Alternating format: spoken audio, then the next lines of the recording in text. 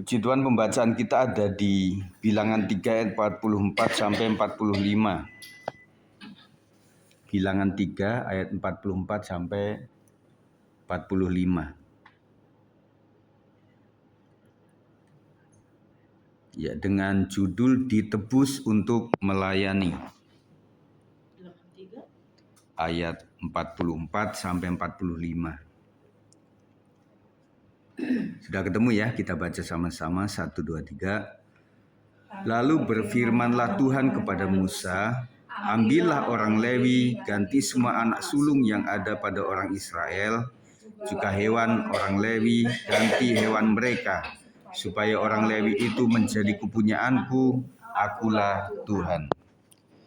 Latar belakang dalam bagian ini, Tuhan menetapkan suku Lewi sebagai pengganti anak-anak sulung Israel untuk menjadi miliknya dan melayani di kemah suci.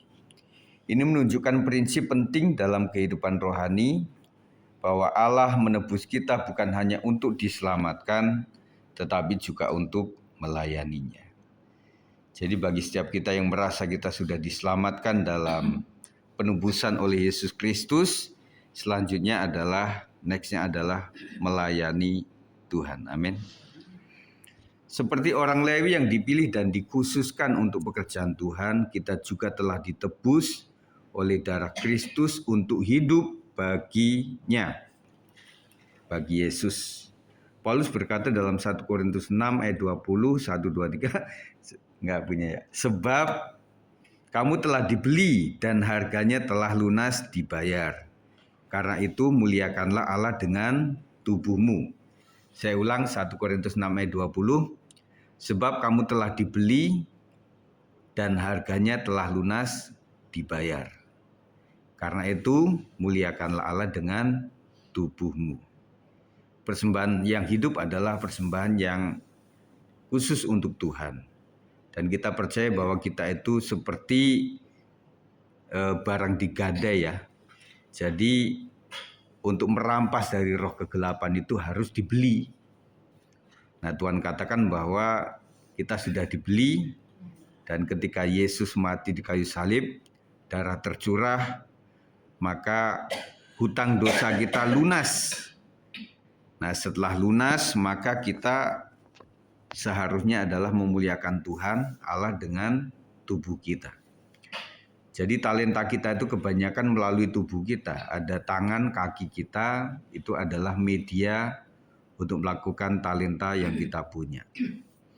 Pelajaran yang kita pelajari dari ayat ini, yang pertama, kita adalah milik Tuhan. Hidup kita bukan lagi milik kita sendiri, tetapi milik Tuhan yang telah menebus kita. Hidupku bukannya aku lagi, terus Yesus dalamku, gitu ya. Puji Tuhan. Yang kedua, kita dipanggil untuk melayani.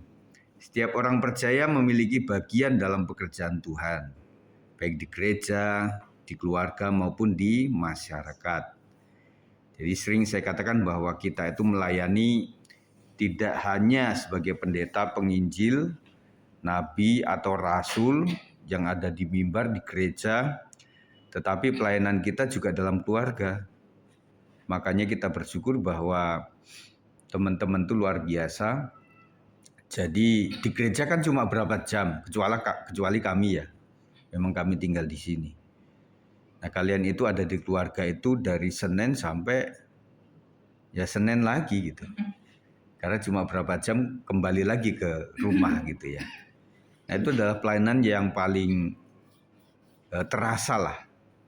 Dan karena di dalam keluarga itu kan terlihat ya, baik buruknya itu terlihat sekali.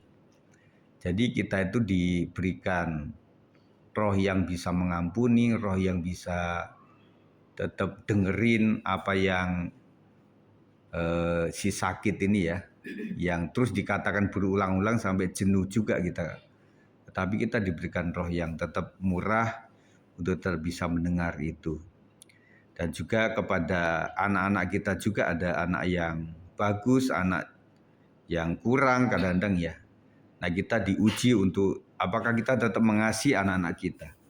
Kita tidak membedakan satu dengan yang lain. Itu adalah pelayanan yang luar biasa. Bahkan orang mengatakan pelayanan yang pertama adalah keluarga. Dan juga anak itu kan lahir pertama memang dalam rumah sakit, bisa dalam rumah dukun, beranak gitu ya. Tetapi paling tidak kan keluarga yang paling melihat duluan gitu loh. Pada saat lahir itu yang paling enggak kan ibunya yang melihat itu. Dan bahkan kalau sudah lahir gitu kan dilihatin sama mamanya. Ibu, babynya gini gitu ya. Nah udah sekarang saya akan bersihkan begitu ya. Kemudian di masyarakat. Nah banyakkan teman-teman kita juga ada di masyarakat. Punya warung, punya toko, pekerja formal maupun informal itu banyakkan di masyarakat. Dan kita banyak melayani masyarakat. Jadi pelayanan kita itu adalah apapun yang kita perbuat, perbuatlah seperti untuk Tuhan dan bukan untuk manusia. Yang ketiga, yang terakhir, pengorbanan Yesus lebih besar. Orang Lewi menggantikan anak sulung Israel. Tetapi Kristus telah menjadi pengganti kita semua di kayu salib, memberi kita hidup baru untuk melayani Dia. Sebagai renungan, apakah kita sudah sungguh-sungguh hidup sebagai milik Tuhan? Nah, ini penting untuk kita berkata kepada jiwa kita, hai jiwaku, bahwa hidupku ini adalah milik Tuhan. Jadi saya tidak cuma milik istriku, milik anak-anakku, tetapi aku adalah milik Tuhan. Sebagai pribadi milik Tuhan.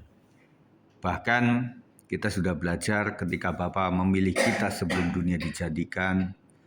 Dan Yesus yang berkorban untuk menebus kita. Dan melalui Roh Kudus kita dimeteraikan untuk menjadi anak-anak Allah. Dan itu wujud daripada status milik Tuhan. Apakah kita sudah melayani sesuai dengan panggilannya? Nah ini yang kita uji terus ya. Jadi hendaklah kita tuh melayani bukan karena hobi, bukan karena lulusan, sekedar lulusan misalnya, wah saya kan lulusan teologi ya gitu ya, STH. Wah saya harus melayani dong. Padahal saya males banget melayani. Nah bukan begitu. Bahkan orang-orang yang bukan sekolah teologi, bukan lulusan teologi itu justru mereka punya hati melayani lebih lagi gitu.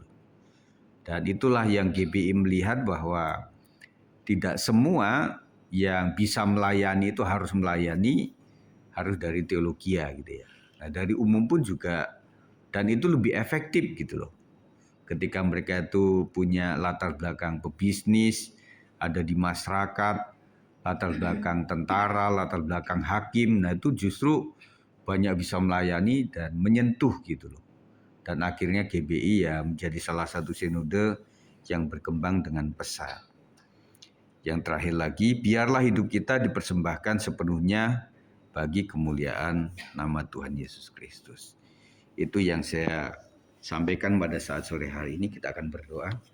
Terima kasih Tuhan, kami percaya bahwa Engkau sudah memanggil kami, Bapa sudah memilih kami, dan Yesus sudah berkorban untuk kami, dan Roh Kudus yang memeteraikan kami menjadi umat Allah, menjadi milik Allah. Dan ketika kami sudah ditebus dan menjadi milik Allah, sewaktu kami masih hidup di dunia ini, biarlah kami memberikan hidup kami untuk melayani pekerjaan Tuhan. Terima kasih ya Tuhan. Kami ucap syukur untuk hari ini. Kami boleh mendoakan teman-teman kami, gereja, kota kami, Indonesia, dan kami serahkan di masa-masa ini ke dalam tangan Tuhan. Berkati seluruh jemaat Tuhan, GBS 56, aman dalam perlindungan Tuhan. Tubuh, jiwa, roh, sehat dan tetap semangat untuk melayani dan juga beribadah kepada Tuhan. Berkati semuanya, baik itu generasi muda sampai kepada generasi yang tua, supaya mereka saling mengasihi, saling mengampuni, sehingga terjadilah persekutuan. Dan kami percaya ketika ada kerukunan maka berkat Tuhan turun ke atas mereka. Termasuk gereja kami Tuhan, ketika kami antar komisi rukun, antar jemaat dan gembala semuanya rukun, maka GBS 56 akan diberkati oleh Tuhan. Terima kasih, kami telah berdoa dan terima firman Tuhan. Demi nama Yesus, haleluya, amin.